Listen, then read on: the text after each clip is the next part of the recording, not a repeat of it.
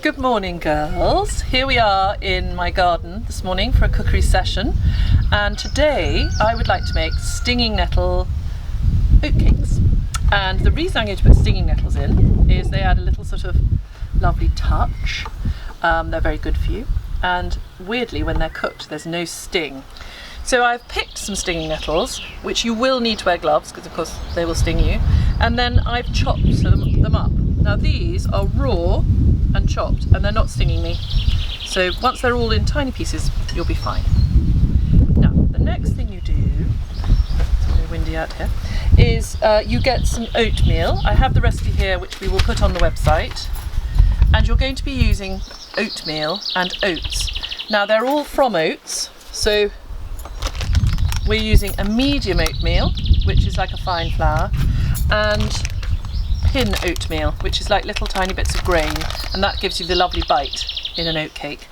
And you're putting the amounts that are on the ingredients list into a baking dish and gently roasting them in the oven, so you get a lovely roasting smell. Not really cooking them through, just roasting them slightly, and then they will go into your dish like that. And then to that you're going to add a little bit of butter melted in water. All the amounts are on the list, and that goes into your mixture. Then you're going to add your stinging nettles. If you're not brave enough, use your glove, but I'm going to just put them straight in. Again, no sting, so that's good. I'm going to add some oats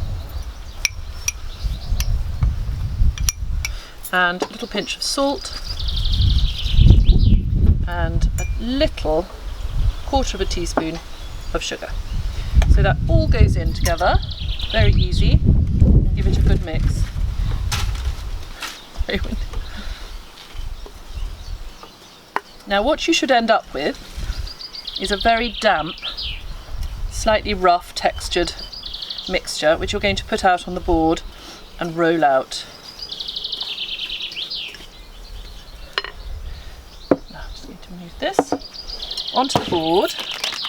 I'm going to add a little bit of oatmeal flour, not too much because you will then dry out your mixture, and I know you will love using your hands. Dora, go away please. And then you're going to bring all this mixture together into a clump.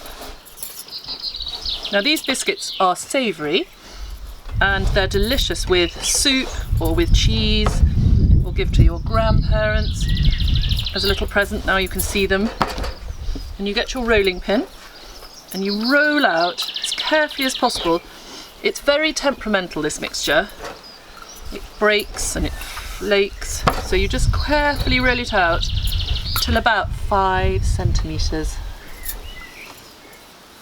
No, 5 millimetres. And then you can use a biscuit cutter to cut out your biscuits. The little bits of stinging nettle will just be like a little herb inside. You probably won't really notice them, but they will add a nice, just a little extra flavour. There. So you roll it out like that, and then using your cutter, obviously you can have the shape or the size, whatever you like really, and you prick them out and then cook them.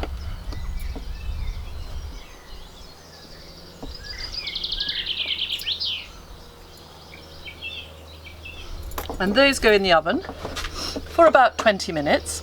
They need to dry out, so it's important that you check them after about 20 minutes, turn them over for another 10 minutes, and then leave them. They're very brittle, but that's your end result. So a nice, proper Scottish oatcake made with stinging nettles.